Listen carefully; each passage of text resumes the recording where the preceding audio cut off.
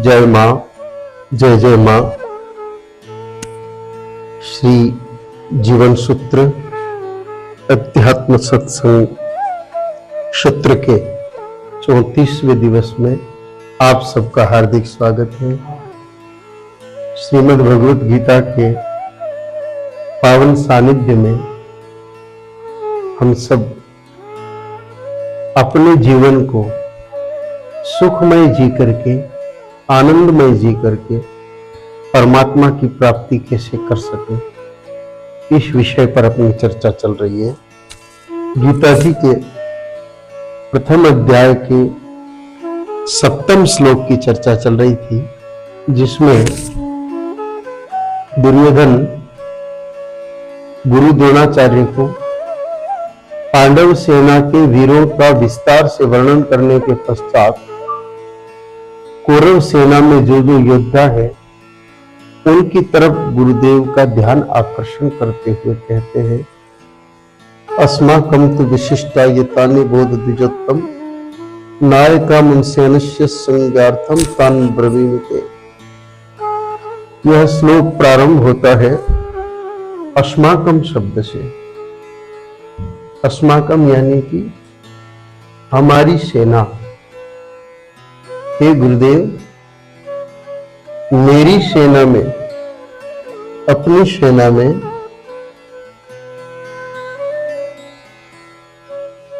जो सबसे अधिक बलशाली वीरवान योद्धा है, उनका वर्णन सुनो। ये जो अस्माकं शब्द है, ये अस्माकं शब्द कई बार ऐसा प्रतीत होता है कि हम लोगों को ईश्वर से दूर करता है, परमात्मा से दूर करता है। भगवत प्राप्ति का अर्थ ये कदापि नहीं है, भगवत प्राप्ति का अर्थ ये कभी नहीं है कि भगवान कहीं और जगह है, हम कहीं और जगह हैं और हम भगवान को प्राप्त करने का प्रयास कर रहे हैं। ऐसा बिल्कुल भी नहीं है। भगवान हमेशा हमारे पास ही है और हमारे पास ही रहेंगे। भगवान का कहीं भी हमसे दूर होने का प्रश्न ही नहीं है। भगवान तो हमारे साथ ही थे, साथ ही रहेंगे। ये केवल समझ का विषय है। भगवत प्राप्ति को लेकर के कई बार लोगों का ये मत रहता है, कई बार भाइयों का ये मत रहता है कि भगवान अमुक जगह है और वहां से हम भगवान को मिलेंगे, वहां जाएंगे तो भगवान मिलेंगे, ऐसा करेंगे तो भगवान मिलेंगे। जैसे भगवान की प्राप्ति की एक परिकल्पना वैकुंठ है, भगवान प्राप्ति की एक परिकल्पना गोलोक है, भगवान प्राप्ति की एक परिकल्पना कैलाश है, भगवान प्राप्ति की एक परिकल्पना ब्रह्मलोक है। ये जो है असल में हमारी परिकल्पनाएं हैं। गोलोक, वैकुंठ, इनकी स्थिति वैचारिक रूप से है। जो हमको महापुरुषों ने समझाई तो उसकी व्याख्या को हम लोग ठीक से समझ नहीं पाए। इसलिए हम लोगों को लगता है कि भगवान कहीं और है, हम कहीं और है, और हम जब वहां जाएंगे तो भगवान मिलेंगे। जैसे अयोध्या जाएंगे तो भगवान मिलेंगे, जगन्नाथपुरी जाएंगे तो भगवान मिलेंगे, वृंदावन जाएंगे तो भगवान मिलेंगे। ये सारी चीजें ये तय करती है कि भगवान कहीं और है, हम कहीं और है, वहां जाने पर भगवान मिलेंगे। अब वैकुंठ जाने की बात आए, गोलोक जाने की बात आए, कैलाश जाने की बात आए, तो ऐसा प्रतीत होता है कि जैसे ये शरीर छूटेगा उसके बाद जाएंगे। भौतिक शरीर के साथ तो वहां जाना सामान्य तौर पर संभव प्रतीत नहीं होता है।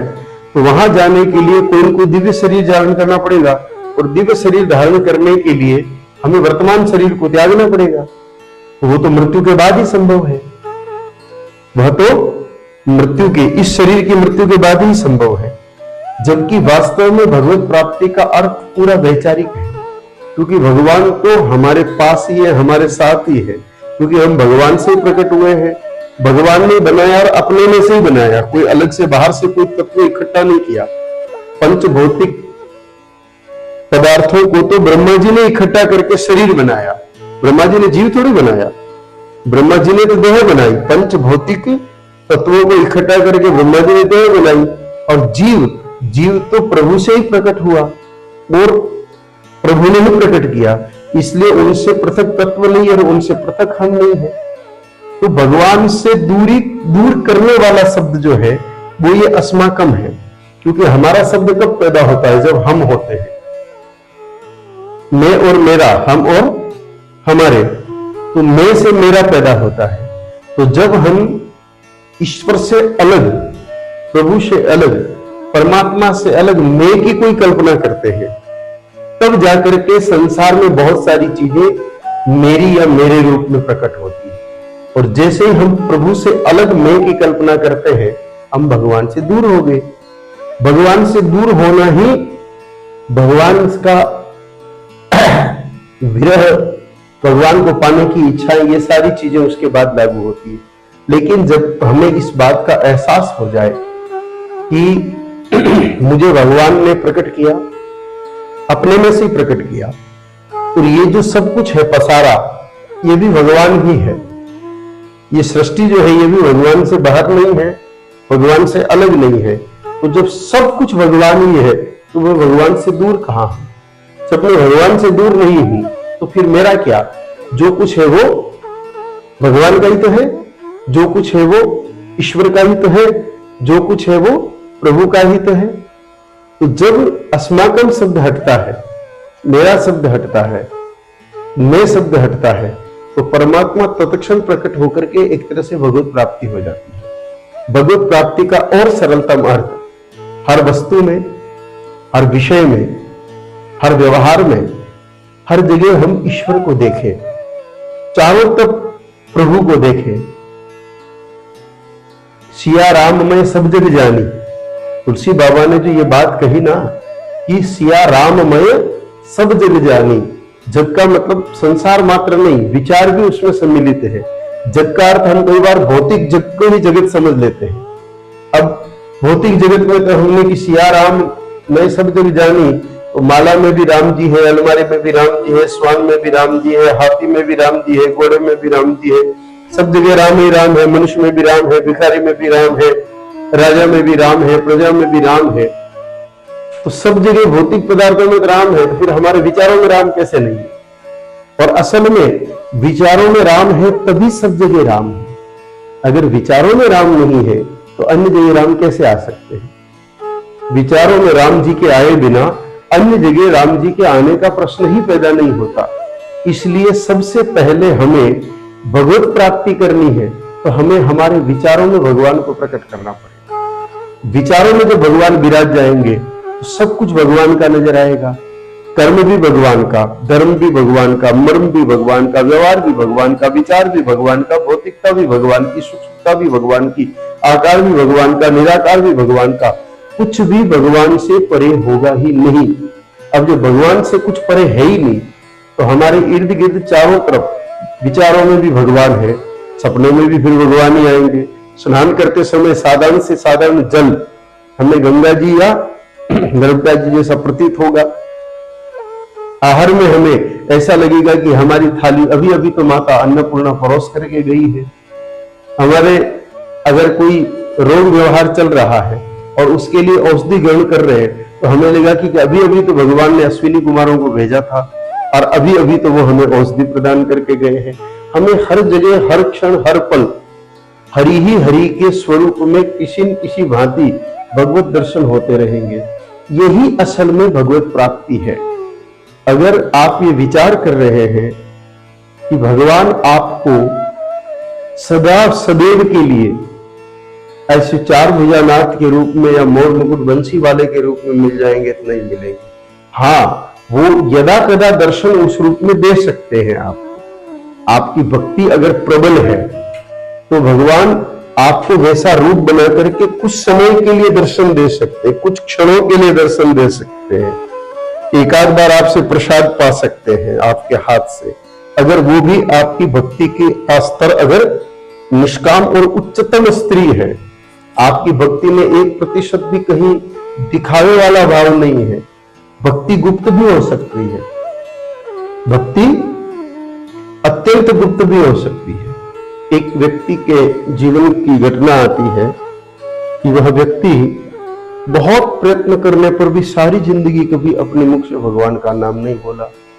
घर वालों ने विविध प्रकार से प्रयत्न कर लिए, पूरे जीवन में कई प्रकार के ऐसे प्रयत्न किए जिससे कम से कम वो एक बार तो अपने मुख से राम बोल जाए, लेकिन वो चुपचाप अपने जीवन के कार्य करता रहता। कोई गरीब मिल जाता तो उसकी सेवा करता, कोई अनाथ मिल जाता तो उसको आश्रय देता, कोई रोगी मिल जाता तो उसको उपचार कराता, गौ माताओं की भाव से सेवा करता। लेकिन मुख से वो कभी बहुत प्रयत्न कर लेने पर भी एक बार भी उसने राम शब्द का उच्चारण नहीं किया। और जब उसकी मृत्यु हुई, अंतिम समय आया, एकदम अंतिम समय, ये अंतिम श्वास है, अब जो श्वास बाहर जा रही है वो लौट करके आएगी नहीं, तब वह अपने मुख से जोर से बोला राम। तो गांव में कोई सिद्ध महापुरुष रहते थे, उनके पास उनके परिवारजन गए, महाराज सारी जिंदगी हमने बहुत प्रयत्न किया, अत्यंत प्रयत्न करने के बाद भी हमारा ये व्यक्ति कभी राम नहीं बोला। काम तो इसने कभी कोई बुरा किया ही नहीं, हमें इसके कार्यों से कोई शिकायत नहीं, सदा धर्म के काम में रहा, लेकिन भगवान का नाम कभी इसने लिया नहीं, मरते समय इसने भगवान का नाम लिया। ये रहस्य थोड़ा हम लोग समझना चाहते हैं, आप समझाने की कृपा करें। तब उन संत ने ध्यान लगा करके कहा, देखो भाई, वह अपनी भक्ति को 1% भी दर्शाना नहीं चाहता था, वह अपने मन में सदैव भगवान का नाम जपता रहता था। वो सही मायने में 100% भक्त था, कि भक्ति उसके मन में खूब थी। वो संसार को भगवान का मान करके संसार में जो जो योग्य था, सेवा योग्य, उन सब की वो सेवा करता था, उसमें कोई कमी नहीं रखता था, और मन में सदा उसके भगवान का जप रहता था। जब ये पिंजरे से वो बाहर निकला जीव, तब राम शब्द लेकर के बाहर निकला और वो राम जी के धाम में चला गया। तो ऐसे कुछ लोग होते हैं जो अपनी भक्ति को पूरी तरह जीवन भर गुप्त रखते हैं, ऐसा कोई प्रदर्शन करते ही नहीं है सारे जीवन में, जिससे वो भक्त के रूप में लोगों के सामने नजर आए।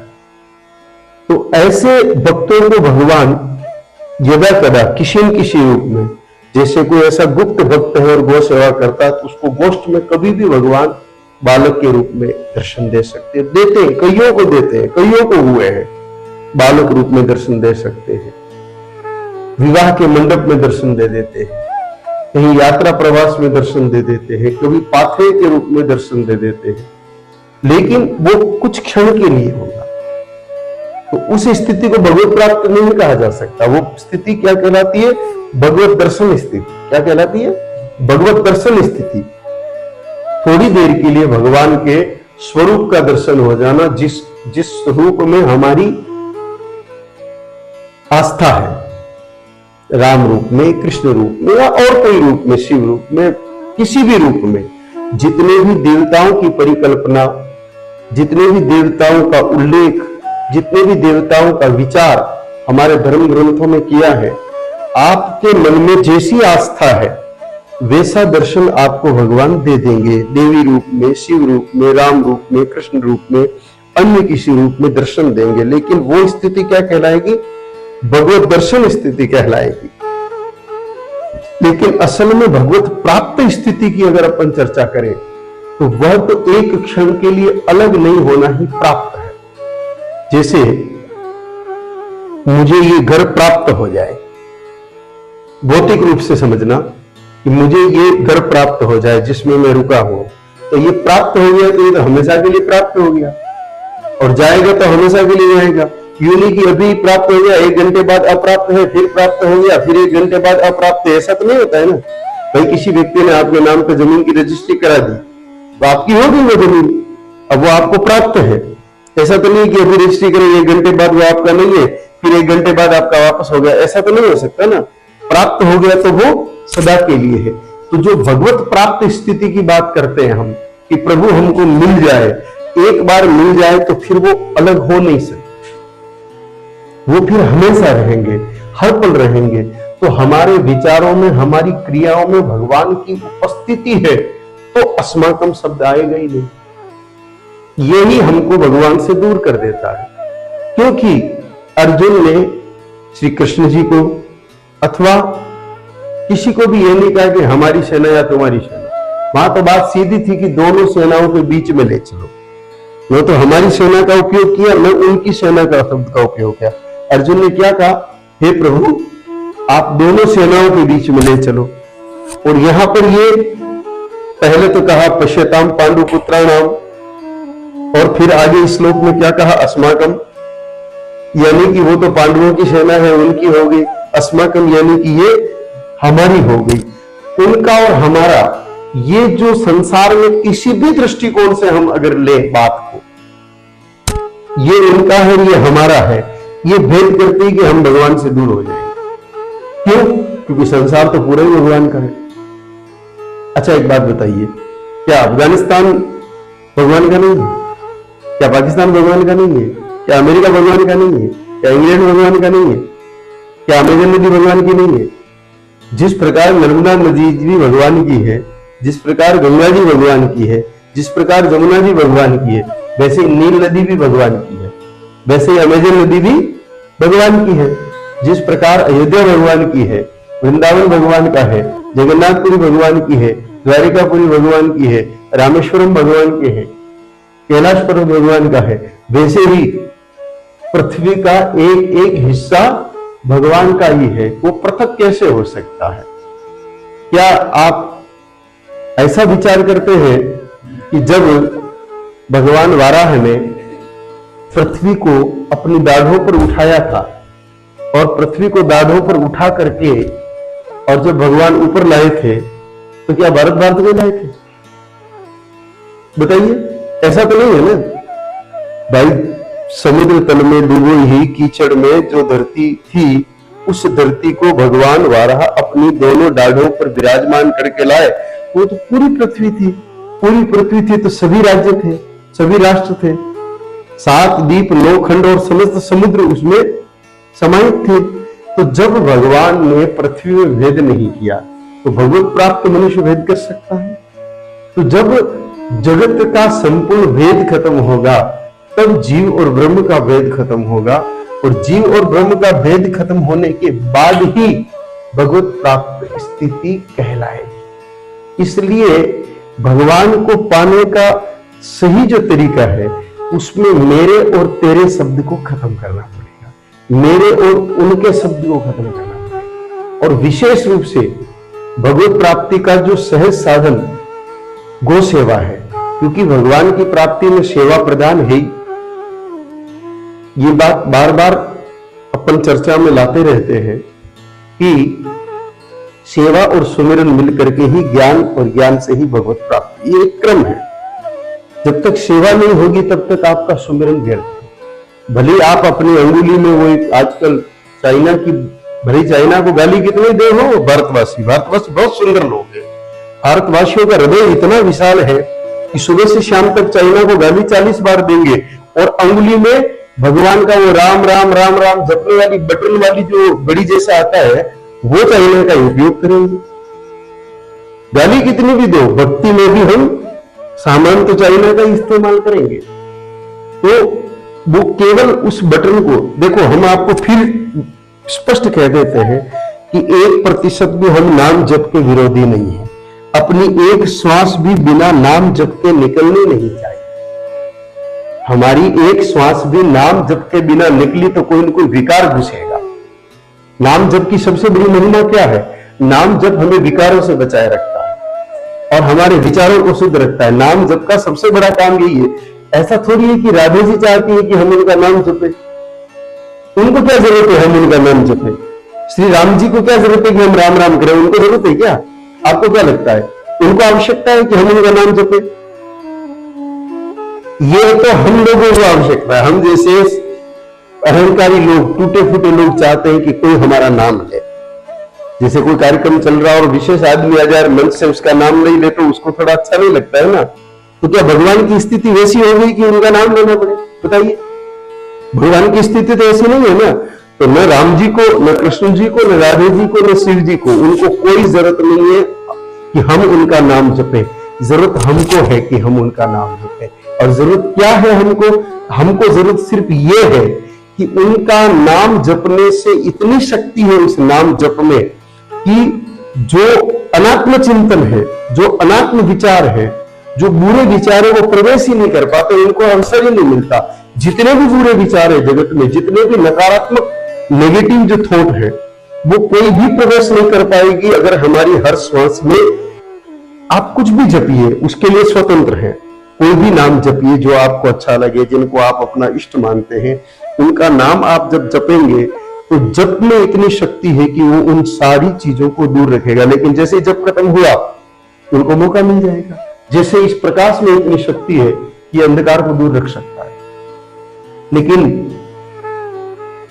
23.5 घंटे इस बल्ब को चालू रखो और आधा घंटा बंद कर दो तो क्या अंधकार नहीं आएगा क्या? आधा घंटा क्या, 1 सेकंड के लिए बंद किया तो भी अंधकार तुरंत प्रवेश कर जाएगा। ठीक वैसे ही हम नाम जब चुके, तब आप कहोगे कि फिर नींद में, तो सरल सा साधन है। जब आप शयन कर रहे हैं, बिस्तर पर लेट चुके, अब सबकी अलग अलग थ्योरी है, सब लोग अलग अलग तरीके से बताते हैं, भाई इस जगह नाम नहीं जपना चाहिए, उस जगह नाम नहीं जपना चाहिए, ये अपवित्र है, वो अपवित्र है। आप शौचालय में नाम मत, अरे जब पेट में जब दुनिया भर का मल लेके घूम रहे हो तो शौचालय में क्या है? आप अपने उदर में मल लेकर के घूम रहे हो, उसी को तो शौचालय में त्याग रहे हो। जब पेट में मन है उस समय आप राम नाम जप सकते हो, तो शौचालय में नाम जपने में क्या परेशानी? जागते में नाम जप सकते हो, बिस्तर पे क्या परेशानी? अरे भाई, शयन तो भगवान से मिलने का एक तरीका है, अनात्म चिंतन को समाप्त करने का तरीका है। तो जब आप सोने जा रहे हो, आप बिस्तर पर लेट गए, बैठ गए तो आपको जितना जप करना हो तो करो, लेकिन आप लेट गए तब भी जप को छोड़ने की आवश्यकता नहीं है। जप को जारी रखो। जप करते करते करते झपकी लग गई। नींद के सोने की प्राथमिक प्रक्रिया को क्या कहते हैं? शब्द क्या है? जबकि शब्द है कि नहीं है? बताइए। जबकि शब्द बना ही इसीलिए है। अभी हाल ही में एक प्रसिद्ध महापुरुष कह रहे थे कि बिस्तर पर जप नहीं करना चाहिए। ऐसा सुनने में आया कि बिस्तर पर नाम जप करना उचित नहीं। अरे भाई, आप मुझे ये बताइए कि ये व्याकरण का जबकि शब्द क्या है? जबकि, जप करते करते जो लग जाए वही जबकि है असल में। भगवान का जप करते करते जो लग गई वो जबकि है। तो हम बिस्तर पर सो करके भी अपने जप के क्रम को जारी रखें। वो जप करते करते जबकि लग गई, वो 1 घंटे की, 2 घंटे की, 5 घंटे की, 6 घंटे की, जितनी लगी उतनी लगी। और जैसे हम उस निद्रा से बाहर आए, हमारा प्रथम काम जप। तो जितनी देर हम सोए, उसका एक क्षण भी आपका जप से बाहर नहीं गिना जाएगा। एक क्षण भी आपका जबकि शब्द का उपयोग कब करते हैं? जब हम जागे हुए होते हैं और अचानक सो जाएं। नींद शब्द का उपयोग कब आता है? जब हम व्यवस्थित योजना बना करके सोए कि बस अब कुछ नहीं करना है, हमें सोना है, तब तक तो शब्द आया नींद। और हम कोई और क्रिया कर रहे हैं और सो गए तो क्या कहते हैं? जबकि। अर्थात हम सोए नहीं, हम जप कर रहे हैं। क्या कर रहे हैं? हम सोए नहीं, जप कर रहे हैं। और जप करते करते शरीर एक अर्ध समाधि में चला गया। जबकि लग गई मतलब शरीर एक अर्ध समाधि में चला गया। तो वो जो 6 घंटे की नींद का कार्यकाल है, वो पूरा हमारा जप में गिन लिया गया, जप में काउंट हो गया। उठे, उसके बाद वापस हम होश में हैं, तो स्नान करो। तो अच्छा, ऐसा नहीं है कि आप एक ही नाम जपो, आप बदल भी सकते हो। स्नान करते समय आप गंगा जी को जप सकते हो या शिव जी को जप सकते हो, आपकी इच्छा। भोजन करते समय आप कुछ क्षणों के लिए मां अन्नपूर्णा को जप सकते हो। पढ़ाई करते समय आप जगदम्बा सरस्वती जी को जप सकते हो। गाय चराते समय, गौ की सेवा करते समय आप कन्हैया को जप सकते हो।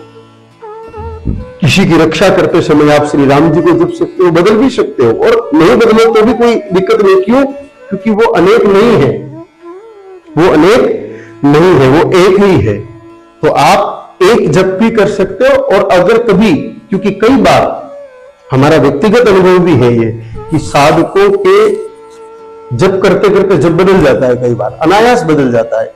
वो किसी और को जपते जपते किसी और को जपना शुरू कर देता है। तो उस समय उसको लगता है, अरे मेरे से गलती हो गई, मुझे तो, मेरा तो इष्ट वो है, मुझे तो उन्हीं को जपना चाहिए था। अरे भाई, अनायास हुआ, इसका मतलब हमसे नहीं हुई गलती। अनायास हुआ, इसका मतलब वो गलती हमसे नहीं हुई। वो यही समझाना चाहते हैं हमें कि मैं ही वो हूं और वो ही मैं हूं, पृथक है नहीं। इसलिए हमें इस बात का चिंतन नहीं करना है, इस बात का तनिक भी चिंतन नहीं करना है कि हमारा जप में नाम बदल गया तो कोई गड़बड़ हो गई, कोई दिक्कत नहीं है, वो उन्हीं को प्राप्त हो गया। तो नाम जप तो सदैव करना है, हर श्वास में करना है, ताकि कोई भी अनात्म चीज हमारे जीवन में प्रवेश ही नहीं कर पाए, सभी आत्मिक चीजें ही रहे। लेकिन उस नाम जप की सार्थकता के लिए सेवा अत्यंत आवश्यक है। जैसे नाम जप भोजन है तो सेवा जल है, या सेवा जल है तो नाम जप भोजन है, दोनों एक दूसरे के पूरक है, उनके बिना काम नहीं चल सकता। अथवा श्वास छोड़ना नाम जप है तो श्वास लेना सेवा है, या श्वास लेना नाम जप है तो श्वास छोड़ना सेवा है। अब कोई कह दे कि नहीं, मैं तो श्वास केवल ले ही ले, छोड़ू नहीं, तो क्या ये संभव है? या मैं केवल छोड़ू लू नहीं, तो क्या ये संभव है? नहीं। ठीक उसी प्रकार जप और सेवा दोनों बहुत जरूरी है। तो साधक को परमात्मा तक जाने के लिए सेवा का अपना एक महत्व है, और उसमें गो सेवा का विशेष महत्व है। जब हम गो सेवा कर रहे हैं उस समय हम ये सोचें कि ये गाय माता हमारी है और ये गाय माता उनकी है, तो स्थिति क्या हो गई? दुर्योधन वाली स्थिति हो गई। क्या हो गई? दुर्योधन वाली स्थिति हो गई। और अगर हम सोचें बड़वा की गाय माता हमारी है, सिंध की गाय माता हमारी है, केरल की गाय माता हमारी है, आसाम की गाय माता हमारी है, कश्मीर की गाय माता हमारी है, अफ्रीका के कबीलों में जो लोग गाय माता रखते हैं वो हमारी है, ब्राजील में जो लोग गाय माता पाल रहे हैं वो हमारी है। जब ये भाव हमारे मन में आ जाता है तो ये अस्माकम हट जाएगा। सेवा के क्षेत्र में जब हमें कोई पराया नहीं लगेगा, कोई पराया नहीं लगेगा, तब हमारे मन से ये अस्माकम हटेगा। और अस्माकम हटते ही कि श्री कृष्ण हमारे सारथी होंगे, और श्री कृष्ण सारथी है तो कहां ले जाएंगे? वैकुंठ तो ले जाएंगे, उनके नित्य लोक में तो ले जाएंगे, उनकी नित्य लीलाएं हैं जहां वहीं तो ले जाएंगे, अलग जगह तो ले जा सकते नहीं। इसलिए भगवत प्राप्ति का सबसे बड़ा जो प्रतीक है वो यही है कि हमारे जीवन से अस्माकम पूरी तरह समाप्त हो जाए। इस अस्माकम को समाप्त करने के लिए हम सेवा और सेवा के साथ सुमिरन को सतत जारी रखें। और सेवा भी कौन सी? निष्काम सेवा होते ही कि अस्माकम हटेगा, सकाम सेवा होते ही कि अस्माकम आएगा। तो कामनाओं को समाप्त करके, वासनाओं को समाप्त करके, इच्छाओं को समाप्त करके जब हम सेवा कार्यों में दृढ़ता पूर्वक लग जाएंगे तो हमारे जीवन से अस्माकम निकल जाएगा। और अस्माकम निकला, यही असल में भगवत प्राप्ति है, यही असल में मुक्ति है। यह स्थिति आने के बाद यह समझ लीजिए कि जन्म मरण के जो फंदे की चर्चा है वो हमारे जीवन से पूरी तरह निकल जाए। ये मनुष्य शरीर हमारा अंतिम होगा, दोबारा मानव शरीर में आने की आवश्यकता नहीं पड़ेगी। मानव शरीर क्या, किसी भी प्रकार के मां के उदर में आने की आवश्यकता नहीं पड़ेगी। जिन 84 लाख जीवाजून की हम चर्चा करते हैं, जिसमें जड़ जंगम सभी प्रकार के जीव हैं, उनमें से किसी भी प्रकार की योनि का आश्रय लेने की आवश्यकता हमें नहीं पड़ेगी। हम दुखों से उसी समय मुक्त हो जाएंगे, शरीर त्याग के बाद नहीं। मुक्ति मृत्यु के बाद का विषय नहीं, बल्कि मृत्यु जीवन जीते हुए प्राप्त होने का विषय है। मृत्यु के बाद किसको क्या पता कि वैकुंठ मिला, कि स्वर्ग मिला, कि नरक मिला, कि मुक्त हुए। लेकिन जीते जी जिस दिन हमें इस बात का पता चल जाए कि हमारे जीवन में अस्माकम जैसा कुछ भी नहीं है, मेरा जैसा कुछ भी नहीं है, सब कुछ ईश्वर का है। चाहे वो संस्थागत विषय है तो भी ईश्वर का है, चाहे वो सामाजिक विषय है तो भी ईश्वर का है, चाहे वो पारिवारिक विषय है तो भी ईश्वर का है। जब सब कुछ ईश्वर का लगने लगे हमें, थोड़ा एक कदम और आगे बढ़िए आप। जिस दिन हम लोगों को ये लगे कि मुसलमान भी अपने हैं, ईसाई भी अपने हैं, वो भटके हैं, कर्म उनके बुरे हो गए हैं, लेकिन वो हमारे अपने हैं, और हम परमात्मा से प्रार्थना करेंगे कि वो भी परमात्मा की मूल धारा में आ जाए, उनको भी पूरा संसार सब कुछ परमात्मा का लगे। आज अगर कोई जीव वध कर रहा है तो वो परमात्मा की सृष्टि को नहीं मानता, वो मानता है कि मैं तो भगवान का हूं और ये बकरा किसी और का है, इसलिए वो उसका वध करता है।